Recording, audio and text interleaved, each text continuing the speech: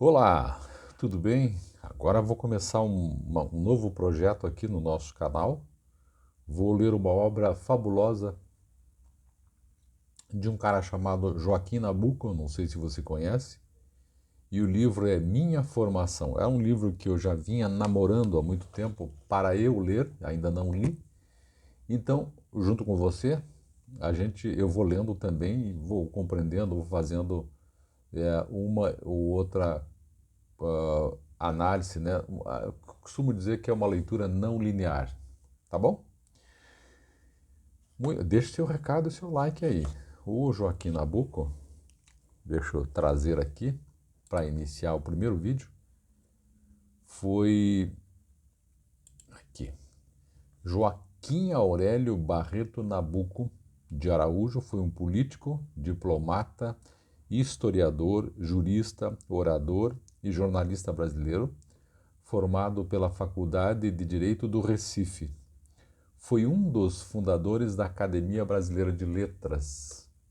Na data do seu nascimento, que é dia 19 de agosto, comemora-se o Dia Nacional do Historiador. Então ele nasceu em 19 de agosto de 1849, em Recife, Pernambuco, e faleceu no dia 17 de janeiro de 1910, em Washington, nos Estados Unidos. Então é isto. Vou fazer uma leitura, como eu disse para você, não linear. Relembrando o Joaquim Nabuco também, para completar aqui, ele era um porta-voz do abolicionismo, quer dizer, era contra a escravatura, que é bem da época deles, né? Ele da Academia Brasileira de Letras e da Sociedade Anti-Escravidão Brasileira. Então tem uma obra bastante importante. Esta obra aqui, Minha Formação, que eu vou começar a ler hoje, que estava aqui na minha lista para ler, já está em domínio público, então, portanto, eu não me preocupo em relação a direitos autorais, né? Eu fui buscar na biblioteca exatamente domíniopublico.gov.br para me certificar, né, para não ferir direitos autorais. E esse livro, Minha Formação, é um livro de memórias escrito pelo político Joaquim Nabuco, um dos grandes nomes do movimento abolicionista, publicado o livro em 1900. Nesse livro, o autor aborda livremente fatos de sua vida intelectual, política e diplomática. Então, é uma espécie de autobiografia. Legal? Espero que você goste. Eu vou fazendo pontuações. A leitura, quero que fique uma leitura agradável. E o texto que eu estou me utilizando, lá da biblioteca Domínio Público, se você quiser ir lá também, é muito legal, tem muita coisa bacana. Domínio Público, www.dominiopublico.gov.br. O texto que eu vou utilizar aqui é da Universidade da Amazônia, através do Núcleo de Educação à Distância. Legal? Então o livro está ali, Domínio Público, Joaquim Nabuco, Minha Formação. Vamos lá? Eu vou lendo e quando eu achar que devo parar, por uma questão de não cansar você nem a mim, eu paro e eu aviso que aí fica para o próximo vídeo. Tá legal? Então, vamos ver o que a gente consegue fazer aqui. Se a gente conseguir vencer capítulos, ótimo. Se não, não tem problema nenhum. A leitura aqui tem que ser prazerosa. Tudo isso dito, vamos lá então. Eu estou lendo então direto do computador, é por isso que você está me vendo olhar assim, direto do meu computador. Depois eu vou baixar aqui É uma espécie de e-book que tem. Mas essa obra você encontra em qualquer lugar, ela está em domínio público ali, então tá tranquilo. Vamos lá então, ó. Enquanto isso, se der, eu vou tomando um cafezinho aqui também. Vamos lá, gente? Então, vamos lá. Minha Formação, de Joaquim Nabuco.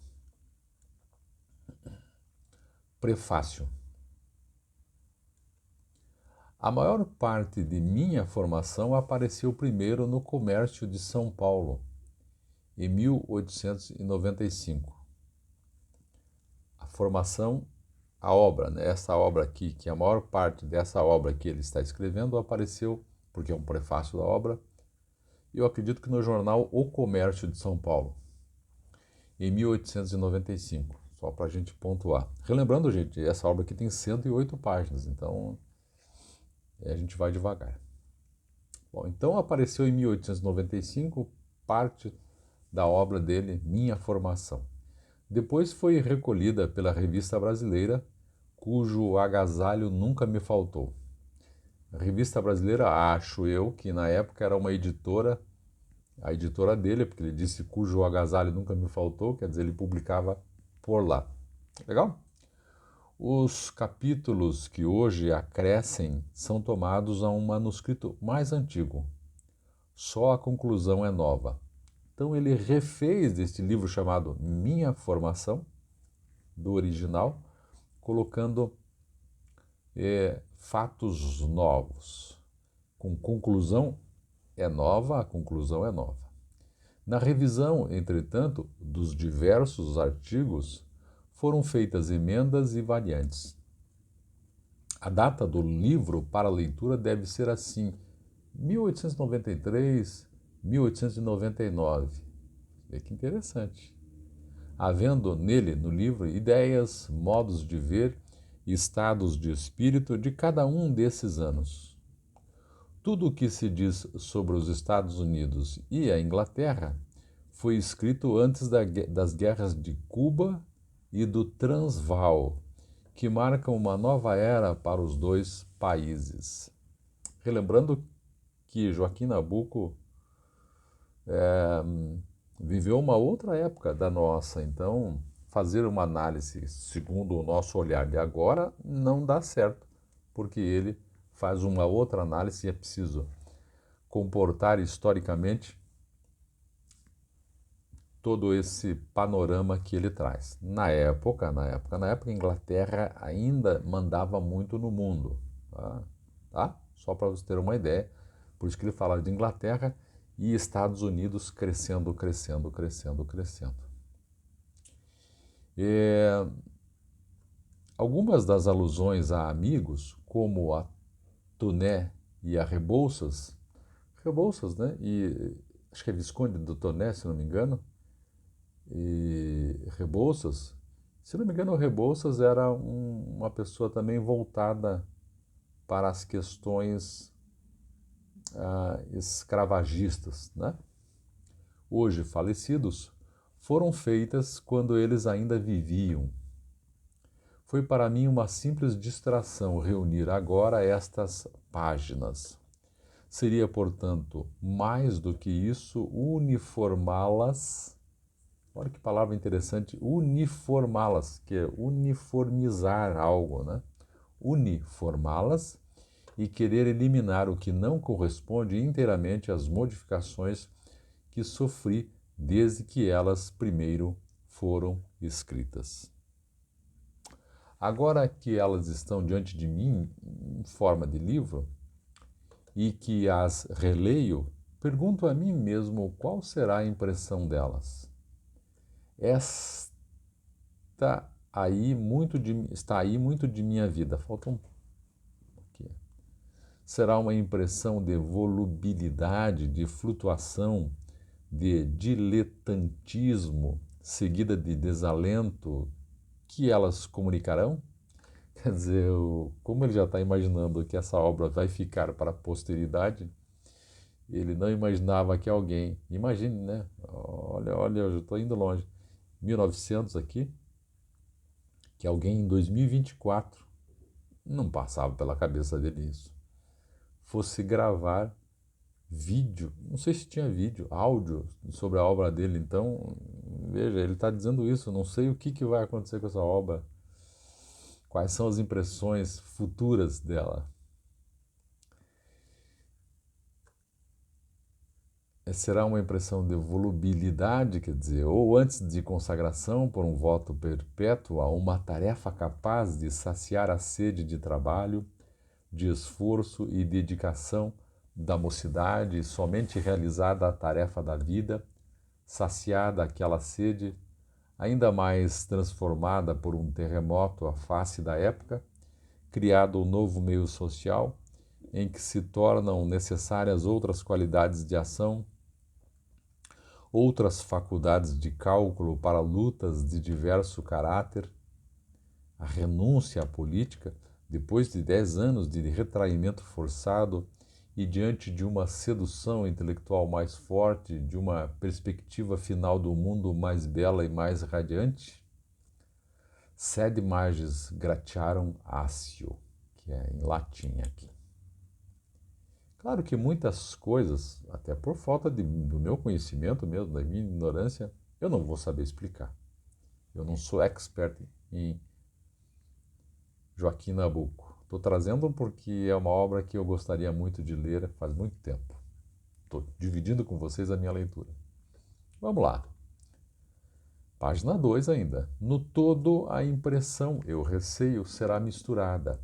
As deficiências da natureza aparecerão, cobertas pela clemência da sorte. Ver-se-á o efêmero e o fundamental. Em todo caso, não precisarei de pleitear minha própria causa, porque ela será sempre julgada pela raça mais generosa entre todas. Se alguma coisa observei no estudo do nosso passado, é quanto são fúteis as nossas tentativas para deprimir e, como sempre, vinga a generosidade. Olha, acredita na boa-fé das pessoas, acredita na generosidade e por ele acreditar nisso, ele diz: a minha obra provavelmente vai ser julgada segundo essa generosidade.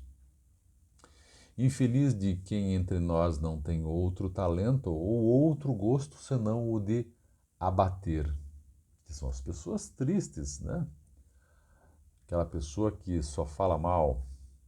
A nossa natureza está votada à indulgência, à doçura, ao entusiasmo, à simpatia, e cada um pode contar com a benevolência ilimitada de todos. Em nossa história não haverá nunca inferno, nem sequer purgatório. É um homem de boa fé. Eu não sou bem assim. Eu acho que tem. As pessoas julgam e muito, né? Mas vamos lá. Não dou, entretanto, o bom attrait a este livro, senão porque estou convencido de que ele não enfraquecerá em ninguém o espírito de ação e de luta, a coragem e a resolução de combater por ideias que repute essenciais, mas somente indicará algumas das condições para que o triunfo possa ser considerado uma vitória nacional ou uma vitória humana, e para que a vida, sem ser uma obra de arte, o que é dado a muitas poucas, realize ao menos uma parcela de beleza, e quando não tenha o orgulho de ter refletido brilhante sobre o país, tenha o consolo de lhe haver sido carinhosamente inofensiva. Página 3. A política, entretanto, não foi a minha impressão dominante ao tratar essas reminiscências, essas memórias que ele está escrevendo. Eu já me achava então fora dela. Quer dizer, ele já estava fora da política quando escreveu aqui. Esta manhã, tudo entre aspas agora. Casais de borboletas brancas, douradas, azuis, passam inúmeras contra o fundo de bambus e samambaias da montanha. É um prazer para mim vê-las voar. Não o seria, porém, apanhá-las, pregá-las em um quadro. Eu não quisera guardar delas senão a impressão viva, o frêmito de alegria da natureza, quando elas cruzam o ar agitando as flores.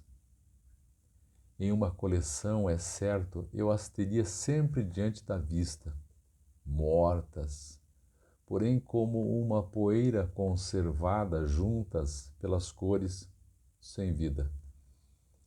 O modo único para mim de guardar essas borboletas eternamente as mesmas seria fixar o seu vôo instantâneo pela minha nota íntima equivalente.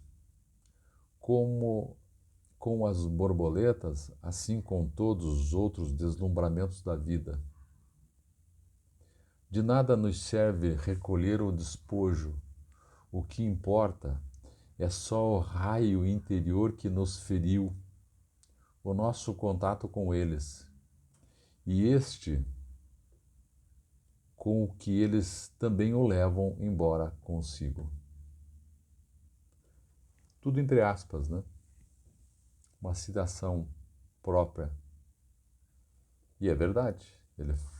Às vezes a gente quer conservar o momento, né? E é melhor só ter vivido aquele momento.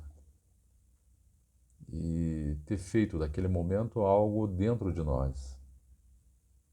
Ele cita aqui os casais de borboletas brancas que ele poderia matar e deixar na parede para ficar olhando aquilo. Mas não seria a mesma coisa, né? Continuando. Este traço indecifrável com que em Petrópolis tentei há anos. Petrópolis é interior do Rio de Janeiro, né? Serra.